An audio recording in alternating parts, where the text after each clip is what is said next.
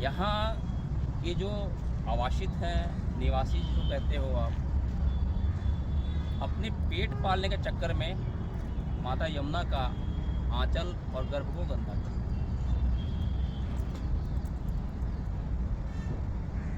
फिर इसी सरकार ने इन चीज़ों पे ध्यान नहीं दिया कि आने वाला समय हमारे लिए कितना विकट होगा। फिर हम उधर द्वारिका की तरफ जाया करते थे, तो वहाँ का खारा पानी हमें आमचंद के लिए मिलता था, और यहीं जब आपके लुटियांजन में रहते थे तो गंगा का पानी। तो ये दो तरह की जो व्यवस्था जो दिल्ली में चल रही थी या चल रही है, उस कुव्यवस्था को समाप्त करने के निमित्त हमने यमुना मैया का आंचल को साफ करने का संकल्प लिया।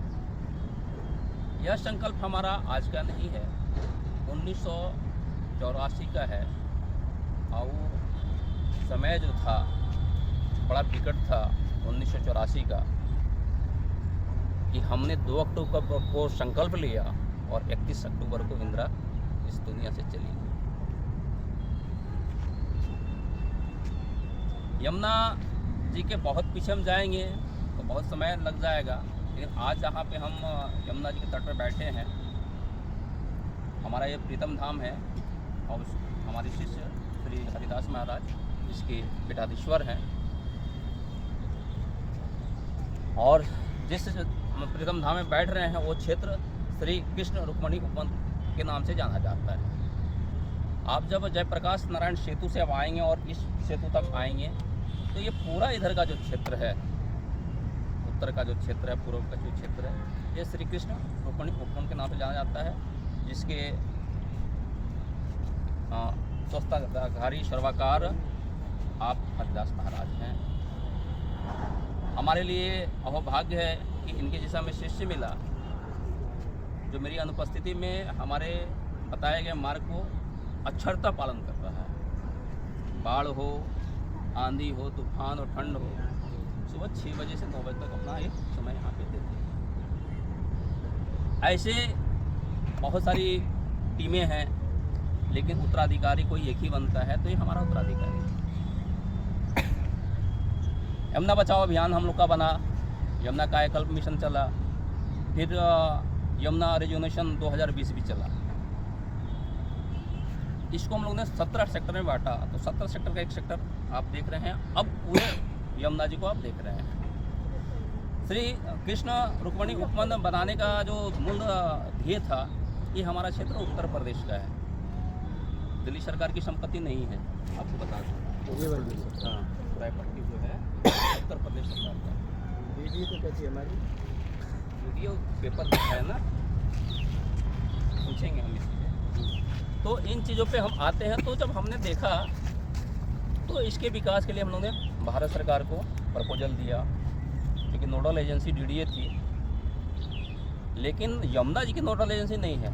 ये स्टेक होल्डर्स हैं, टोटल 9 स्टेक होल्डर्स हैं यमुना जी, जिसके लिए जिम्मेदार हैं यमुना जी को गंदा करने के लिए। हमने मात्र डीडीए से यही पूछा था कि भारत का संविधान का अनुच्छेद 14 बताता है कि हर व्यक्ति को जीवन जीने का अधिकार है। आर्टिकल 21 भी ये सारी चीज़ें हमें बता रहा है। तो फिर आपके गंदे नालों का पानी हमारी यमुना जी में क्यों गिरता है? इसका जवाब आज तक किसी के पास नहीं है, ना इनकी प्लानिंग में है, ना किसी चीज़ों में है। डीडीए का मतलब एक शोषण करने वाली एजेंसी है। जैसे हमारे शिष्य ने बताया कि डीडीए कहता हमारी संपत्ति है, डीडीए अपना पेपर दिखा दे कि उसकी संपत्ति है। अब हम आते हैं श्री कृष्ण रुक्मणी उपवन क्षेत्र के लिए। तो यहाँ ये था कि शाम का समय अपने परिवार के साथ हम कैसे बिताएं। इधर के लोग अपने बच्चों के साथ सप्ताह के दिनों में रविवार या शनिवार या नियमित रूप से शाम को अपना आके अपना आध्यात्मिक कर्मकांड करें, धार्मिक कर्मकांड करें, सांस्कृतिक कार्यक्रम करें, सब सारी व्यवस्था रही। और ये था कि हमें कम से कम इसमें 36 प्रकार की औषधीय पौधे लगाने थे, जिसमें 1000 हमारा पीपल था, सफल भी हुए, जो पीपल वगैरह सब लग रहा। सरकार ने एक भी पौधा नहीं लगाया है, ऑन रिकॉर्ड में बता रहा हूँ। ये सब पौधे जो लगाए गए हम लोगों के द्वारा लगाया गया, चाहे पेड़ हो, पीपल हो, अमरूद हो, क्या और होती है? हाँ, और औषधि पौधे हैं, सब हम लोग का दिया हुआ है। सरकार का कोई योगदान नहीं? इसमें कोई योगदान नहीं। ये सिंचाई विभाग उत्तर प्रदेश की संपत्ति है। इसी नियमित तो हुआ कि ये विकास के नाम पे पर्यावरण को क्षति पहुंचाना, प्रकृति को क्षति पहुंचाना, मानवीय व्यवस्था को कमजोर करना, बस एजेंसियों का इतना ही काम है।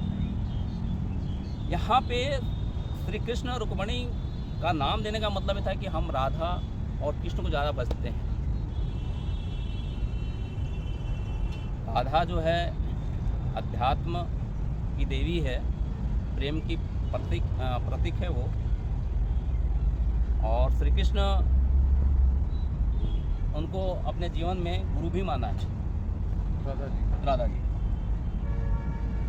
आज के हमारे कथावाचक कुछ दूसरे स्वरूप उन्होंने दे रखा है, डाइवर्ट कर रखा है।